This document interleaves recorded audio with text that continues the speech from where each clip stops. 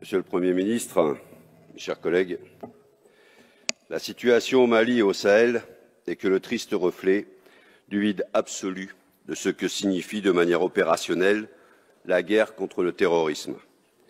Une guerre qui désigne à la fois une lutte contre un mode opératoire, contre des organisations qui se recomposent très rapidement, contre des organisations partageant des ambitions changeantes, parfois antagoniques, et enfin une lutte contre une idéologie aux contours extrêmement flous. Alors, que combattons-nous au Sahel? Quel est l'objectif de la France? Personne n'a jamais pu répondre, parce que vous n'avez pas la réponse. L'absence de lecture critique de cette notion de guerre contre le terrorisme, forgée au lendemain du 11 septembre, a conduit à des désastres de très grande ampleur. De l'Irak à l'Afghanistan, en passant par la Libye, la Somalie, le Yémen ou encore le Sahel. Ces guerres contre le terrorisme sont anachroniques. Elles ne peuvent pas être gagnées sans lutter contre les véritables racines du mal. Les députés communistes ne cessent de vous le dire. Ces menaces sont l'insécurité alimentaire, environnementale, puisque la zone sahélienne est l'une des plus sensibles au réchauffement climatique, mais aussi l'insécurité liée à l'effondrement des services publics, éducatifs, de santé, de justice ou de sécurité intérieure. Et toutes ces insécurités nourrissent des trafics et des flux illicites de capitaux. Les catégories ethniques et religieuses sont manipulées pour justifier et légitimer la violence, mais elles ne sont que des excuses. C'est pour cela que l'on ne peut pas parler de ce retrait comme d'une humiliation de la France. C'était un échec prévisible depuis le premier jour, puisque sans objectif, une guerre ne peut être gagnée. Si l'humiliation appelle un sursaut d'orgueil, un échec appelle à la réflexion et à l'humilité. C'est pour cela qu'en priorité, les députés communistes proposent de faire un bilan lucide de l'action de la France en Afrique. Pour ne pas reproduire ces erreurs, si nous l'avions fait après la monstrueuse guerre contre la Libye en 2011, nous n'en serions pas là aujourd'hui. Vous avez, Monsieur le Premier ministre, largement insisté sur la manière dont les troupes allaient se redéployer et sur l'avenir opérationnel des opérations militaires en cours au Sahel. Pourtant, nos interventions militaires sont sur la sellette partout au Sahel. Le blocage du convoi militaire français à la fin de l'année dernière au Burkina Faso et au Niger l'a prouvé. En tant que promoteurs infatigables de la paix, les députés communistes proposent, dans un deuxième temps, d'organiser un plan de retrait concerté avec tous les États du Sahel et de la région. Chaque mot compte.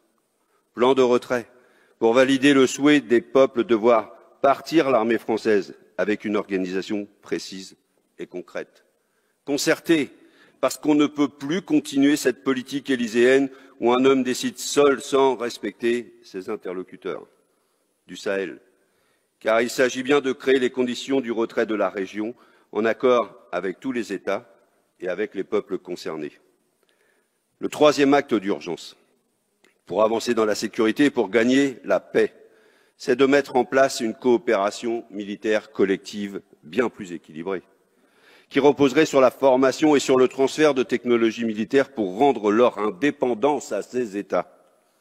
Nous ne sommes pas naïfs. Nous avons bien conscience que la violence existe et qu'elle doit être combattue pour aider les populations qui souffrent. Mais elle doit être menée avec les États et par les États eux-mêmes.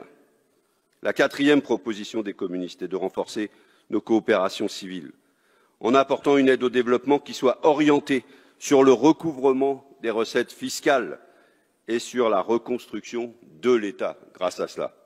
Cela permettra de redonner cette marge de manœuvre budgétaire indispensable pour rebâtir dans ces pays des services publics forts.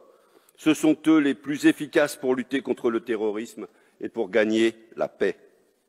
Au Sahel comme en France, soit dit en passant, une marge de manœuvre budgétaire qui a été, il faut le redire ici, détruite par les réformes ultralibérales imposées à ces États par le Fonds monétaire international, le Club de Paris aussi également, et la Banque mondiale dans les années 80-90 et qui ont créé un terreau fertile des contestations armées actuelles. Aujourd'hui encore, l'Afrique meurt de ses taux d'imposition aux entreprises extrêmement faibles et de son évasion fiscale qui équivaut à ce qu'elle reçoit en aide publique au développement. Le cinquième acte à poser avec les États sahéliens, c'est d'en finir avec la présence paternaliste et humiliante de la France chez eux. En protégeant ces vassaux africains sans jamais regarder la légalité de leur pouvoir, vous avez humilié les peuples d'Afrique de l'Ouest. Vos indignations démocratiques à géométrie variable ont épuisé les peuples et ont fragilisé leur envie de démocratie. Pourquoi, après la mort d'Idriss Déby au Tchad, vous êtes-vous empressé d'adouber son fils lors d'un coup d'État constitutionnel? Pourquoi le coup d'État en Guinée qui a remplacé le président Alpha Condé par un ancien soldat de la Légion étrangère française, le lieutenant-colonel Doumbaya, n'a été condamné que du bout des lèvres par la France? Sans parler du troisième mandat inconstitutionnel d'Alassane Ouattara en Côte d'Ivoire, votre complice de toujours. Pourquoi seul le coup d'État au Mali a été sanctionné par la CEDEAO? Ce blocus ajoute de l'huile sur le feu et ne fait souffrir que la population.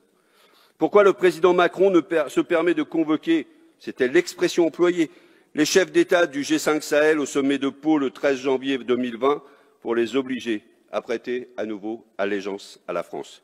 Pourquoi refusez-vous de valider l'enquête des Nations Unies sur les bombardements par l'armée française à Bounti, au Mali, le 3 janvier 2021, qui a fait une vingtaine de morts dans un rassemblement qui n'était vraisemblablement qu'un mariage?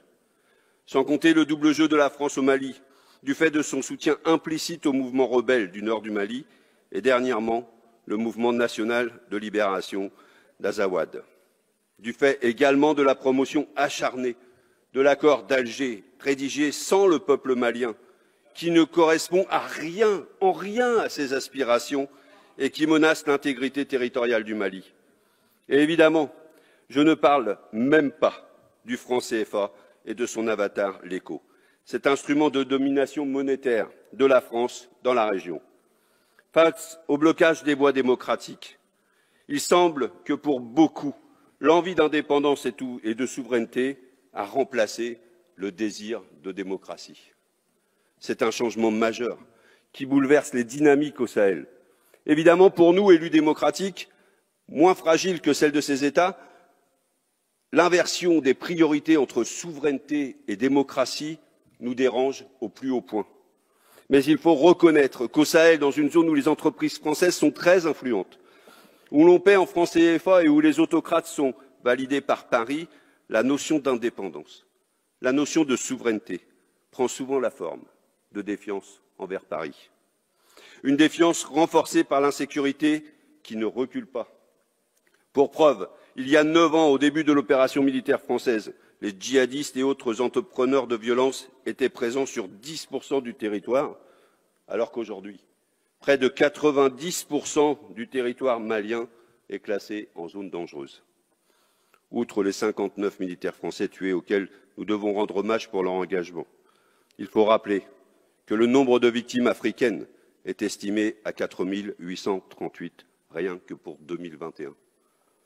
Sans compter les 2,2 millions de déplacés internes et les 200 000 réfugiés.